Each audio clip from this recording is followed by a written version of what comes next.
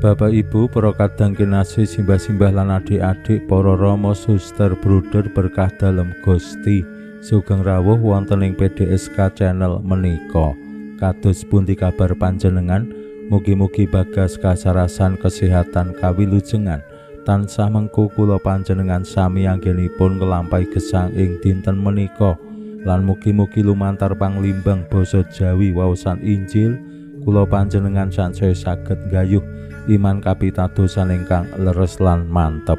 Langkung-langkung anggenipun kula panjenengan bangun komunitas paguyuban ingkang begja rahayu asemangat wungu dalem Gusti semangat Paskah. Kanthi kula panjenengan griyayakake Paskah bojana pungkasan bojananing katresnan lan kurban dalem ingkang maringaken salira lan rah kangge tebusan wonten ing kayu salib. Lan Gusti ugi sampun wungu mulya menika paring pitedah dumateng kula panjenengan sami kados pundi Gusti sawetahipun maringaken diri kangge kawilujenganipun donya kawilujenganipun umat manungsa. Gusti maringaken sedaya diri pribadinipun supados manungsa menika nampi karahayon. Lumantar bojana pungkasan ingkang miwiti Trihari Paskah kula panjenengan dipun paringi pitedah bilih bojananing katresnan menika kanthi srana dhahar sesarengan. Mila asring kula matur tiyang Katolik pendherek dalem Gusti menika kudu doyan mangan utawi seneng mangan. Mung masalahe kadangkala pangan sing ditedha sareng-sareng mung marai wareg tok. Nek mung marai wareg tok mengko ya enteke neng jamban. Mergane apa? Mangan menika ya mung sawetara. Pirang jam ngono wis ngelih meneh. Ananging yen kula panjenengan titeni utawi timbang-limbang sak cara lebet bojana dalem Gusti pungkasan menika boten namung nedha sareng-sareng. Kula malah gatosaken nedha sareng-sareng menika namung srana ning ingkang langkung penting kados pundi ing bojana pungkasan menika Gusti maringaken katresnanipun ingkang nyata dumateng para murid kanthi mbasuh sukunipun para murid kanthi lukar busana pralambang ngasorake diri dados abdi dados batur sing paling rendah wonten ing kabudayan Yahudi. Karyawan utawi batur sing tugase mbasuh sukunipun para tamu menika batur rendahan, batur sing pangkate paling rendah dhewe. Mila yen ing bojana pungkasan Gusti Yesus menika mbasuh sukunipun para rasul, ngetingalake kados pundi Gusti Yesus ngasorake diri saasor-asore, madhakake diri kaya batur sing pangkate endhek dhewe.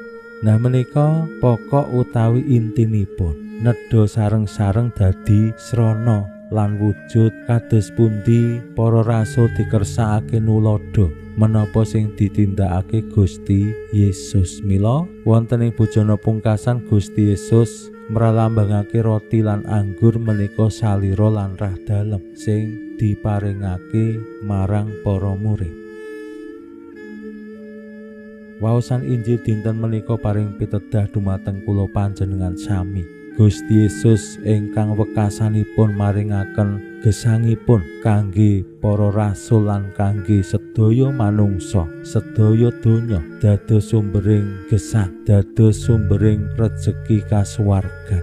Rikala gesangipun utawi rikala makarya Gusti Yesus nggih nate asung pangeram-eram kados pundi roti gangsal lan ulam kalih saged kangge paring tedha tiyang sing kuatah banget ewonan. Menika pralambang kados pundi boten namung leda nedha bareng ngasih wareg turah-turah, ning menika pralambang Gusti Yesus sing maringake dirinipun kangge umat manungsa asung kekuatan, asung wareg sing luwih lan dayani anggenipun umat manungsa menika nerasaken pasujarahan wonten ing alam donya.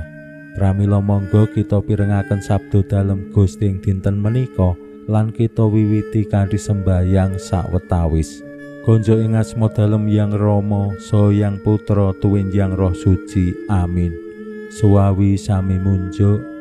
Gusti Yesus sabda dalem Yang Rama ingkang sampun manjalma, mugi karsa ngandika dhateng kawula wonten ing asepen ing telenging manah kawula. Kabikao kegiatan lan panglipur ingkang manjing ing sabda dalem kapenuwana kawula mawi roing kawicaksanan dalem. Mugi-mugi srana anggen kawula maos lan mirengaken sabda dalem, kawula sansaya nunggil ing sampeyan dalem. Amin. Waosan Injil kapethik saking Injil Yohanes bab 6 ayat 1 ngantos dumugi gangsal 11. Nalika samono Gusti Yesus tindak nyabrang Telaga Galilea utawi Telaga Tiberias. Akeh banget kang padha ndherekake marga padha weruh pangeram-eram anggene marasake wong-wong lara. Gusti Yesus banjur minggah gunung lan lenggah karo para murid. Dek semono ndungkap Paskah riyayane wong Yahudi. Bareng Gusti maspadakake priksa wong akeh banget padha sowan. Gusti nuli ngandika marang Filipus, "Arep tuku roti ana ing ngendi kanggo pangane wong-wong iki?" Filipus caos wangsulan, "Roti 200 dinar temtu dereng cekap, senadyan namung sami angsal secuil-secuil." Ana murid yaiku Andreas sedulure Simon Petrus sing matur, "Menika wonten lare gadah roti tawar gangsal ulam loh kalih. Nanging tumanja menapa kangge tiyang semanten kathahipun?"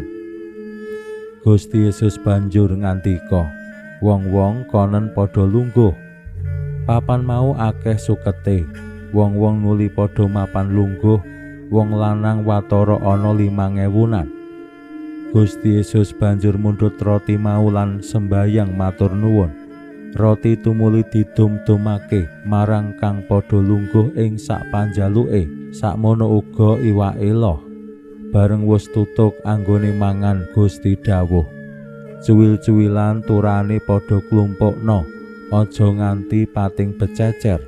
Bareng diklumpukake dadi 12 keranjang, yaiku turane roti tawar 5 kang padha dipangan wong-wong mau. Nyipati pangeram-eram pakaryan dalem Gusti Yesus iku wong-wong padha alok. Pranyata iki sang nabi kang diantu-antu rawuhe ing donya. Bareng Gusti Yesus uninga yen wong-wong mau nedya mboyong Gusti dijumenengake ratu, banjur tindak sumingkir menyang ing gunung maneh piyambakan. Makaten sabda dalem Gusti. Suwawi sami munjuk. Gusti, kawula munjuk sembah nuwun karana sabda dalem.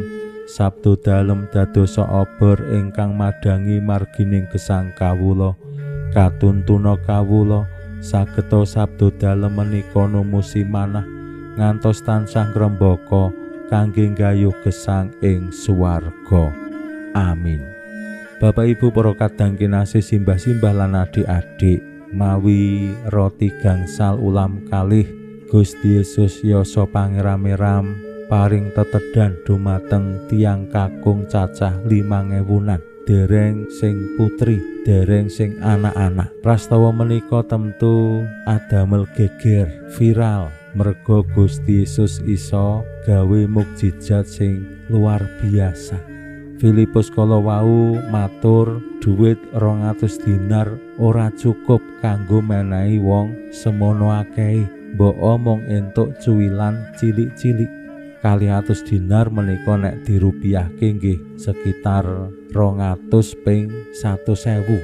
Yen umpamane upah sedina menika 100.000. berarti sekitar 20 yuta. Menika nembe angsal cuwilan cilik-cilik. Mila menika saged dados kaca benggala naminipun mangan apa meneh ngujo mangan mesti boros, mbutuhake dhuwit sing akeh.